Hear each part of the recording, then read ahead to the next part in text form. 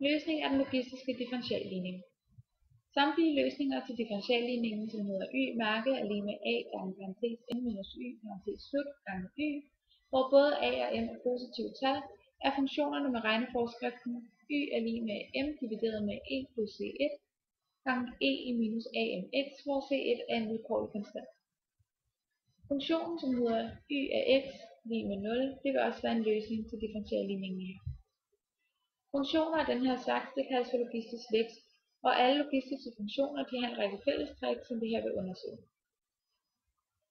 Hvis konstanten c1 er lig 0, så bliver løsningsfunktionen den konstante funktion y af x lig med m. Det kan man se her, at hvis vi lader c1 være lig 0, så bliver hele det her udtryk lig 0, og vi står altså tilbage med m divideret med 1, som naturligvis er m. Hvis konstanten c1 derimod er positiv, så vil hele nævneren i forskriften være positiv og ligge i intervallet fra 1 til uendelig. Funktionsværdierne vil derfor ligge i intervallet fra 0 til m, det er vores grænser, og funktionen vil være voksende her. Når x bliver meget stor, så vil udtrykket e i minus amx, det vil blive meget lille og dermed gå mod 0. Hvis man så her inddrager konstanten c, så vil udtrykket stadig gå mod 0. I hele løsningsfunktionen, så betyder det altså, pludselig ligesom før, at når det her udtryk det går mod 0, så står vi tilbage med m divideret med 1, som vi også kom frem til før, er lig med m. Så når x går mod uendelig, så går hele vores løsning altså mod m. Hvis x derimod går mod minus uendelig, så kan man se, at udtrykket e i minus amx det vil gå mod plus uendelig. Det samme gør sig gældende for hele vores nævner.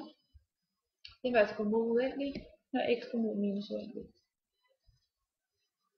For løsningsfunktionen så betyder det altså, at når m skal divideres med et uendeligt stort tal, så vil hele løsningsfunktionen gå mod 0.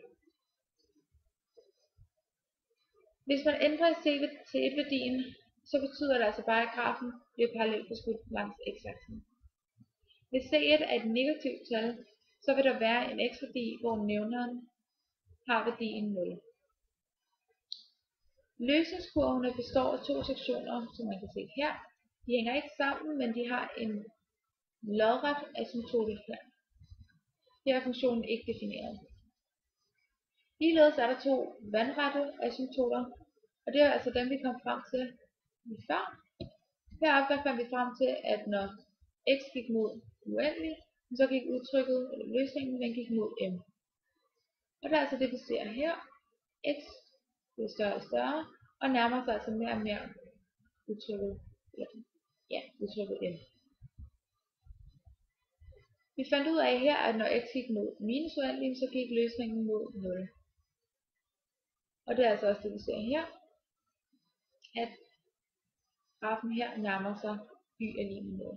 Det er altså vores to vandrette asymptoter.